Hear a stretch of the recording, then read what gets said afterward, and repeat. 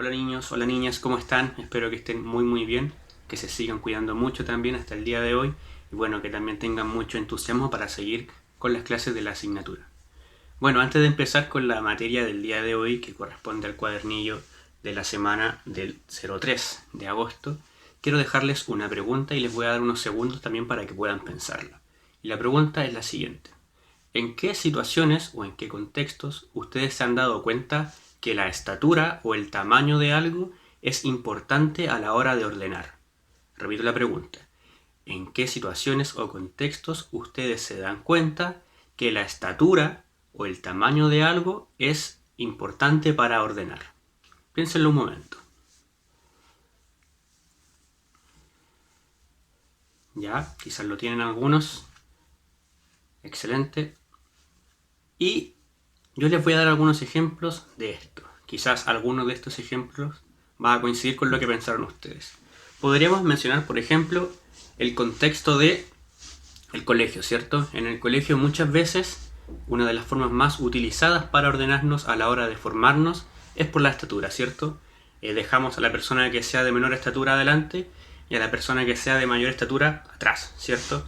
Para así formar una especie de hilera en la que podamos ver desde el más chiquitito hasta el más grande, ¿cierto? Si dejásemos al que está más, al que es más grande adelante, probablemente nos impediría poder ver hacia atrás, ¿cierto?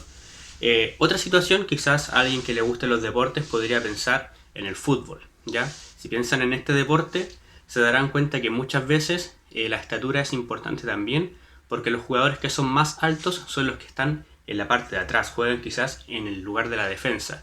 ¿Por qué? Porque eso le da una opción para poder llegar a pelotas que están más altos, ¿cierto? Entonces vuelve a ser importante, vuelve a ser quizás fundamental la estatura y el tamaño de algo para poder lograr un objetivo, ¿cierto?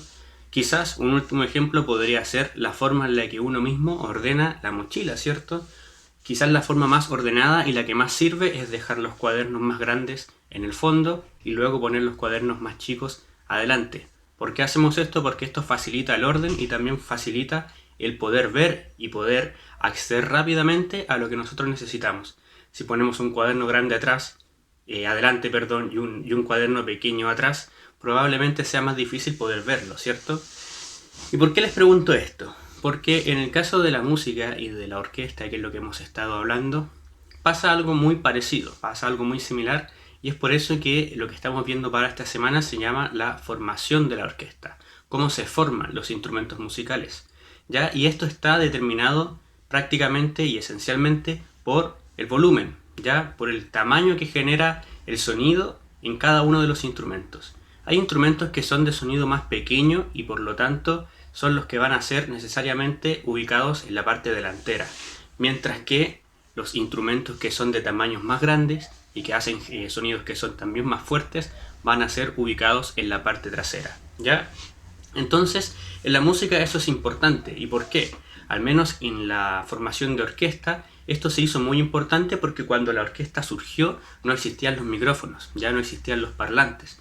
Por lo tanto, la forma en la que se formaban los instrumentos musicales era muy importante para lograr un sonido óptimo, ¿ya? Si nosotros queríamos escuchar la orquesta de una forma adecuada, lo mejor era que estuviesen ubicados los instrumentos musicales de acuerdo al volumen que podían producir, ¿ya? Y eso se sigue haciendo hasta el día de hoy, aunque quizás hoy en día hay micrófonos para poder amplificar los sonidos, se sigue respetando eso porque es una tradición, ¿ya? Pero antiguamente era muy importante que los instrumentos que fuesen de sonidos más suaves y más pequeños estuviesen adelante y los instrumentos que fuesen de sonidos más fuertes y más grandes estuviesen más atrás, ¿ya?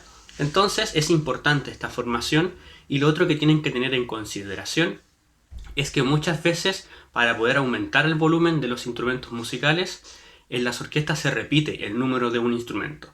¿Qué quiere decir esto? Que no va a haber solamente un violín, sino que van a haber mucho más, quizás 10 violines, ¿ya?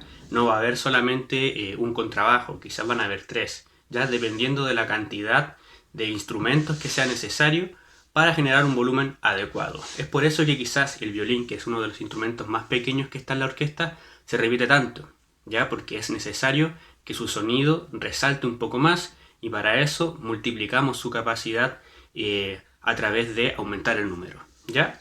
Entonces aquí yo les voy a dejar una especie de diagrama que ustedes también pueden ver en su cuadernillo. Y si se fijan, está cómo está conformada la orquesta en su formación. Dónde están los instrumentos más pequeños, dónde están los más grandes, y a su vez dónde están los instrumentos que, como ya saben, son más suaves de sonido y cuáles son los más fuertes de sonido. ¿Ya? Entonces, además ustedes pueden ver aquí cuáles son los instrumentos que conforman la orquesta. ¿Ya? Estos son generalmente los instrumentos que están en casi todas las orquestas. ¿Ya? Algunas veces también se les suman los saxofones, pero los saxofones no son necesariamente instrumentos que van a formar parte de las orquestas. Algunas orquestas los incorporan, otros prefieren no hacerlo, pero esto que está aquí es como la base de lo que sería una formación tradicional de la orquesta. ¿Ya?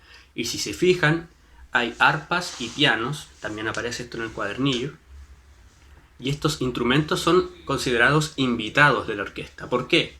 Porque no forman parte necesariamente de todas las obras que se van a tocar, pero sí muchas veces aparecen por ahí en alguna que otra obra. Entonces se les considera instrumentos invitados. Otro instrumento que podría ser considerado invitado podría ser quizás la guitarra, podría ser una guitarra eléctrica, que no va a formar parte de todas las orquestas, pero que en algunas ocasiones sí va a ser invitado. ¿Ya? Entonces ahí ustedes tienen este diagrama, espero que les pueda servir. También espero que estén recordando esto de la formación de la orquesta y cómo influye en el volumen.